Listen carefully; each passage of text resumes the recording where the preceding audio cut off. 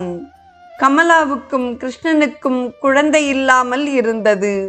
உயரிய இடத்தில் படுத்து உறங்கும் நேரத்தில் அவர்கள் ஒரு நாள் இரவு மணக்கோட்டைகள் கட்டிய வண்ணம் இருந்தனர்.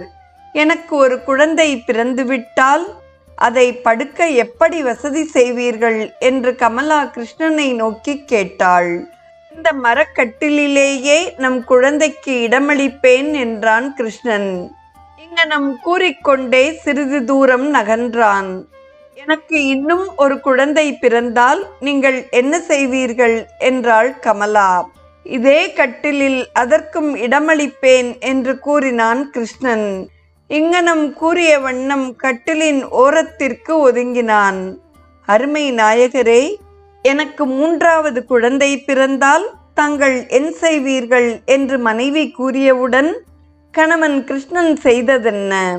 கட்டிலின் ஓரத்தில் படுத்து கிடந்தவன் அறியாமல் இன்னும் சற்றே நகர்ந்து சென்று கீழே விழுந்து காலை ஒடித்து கொண்டான்.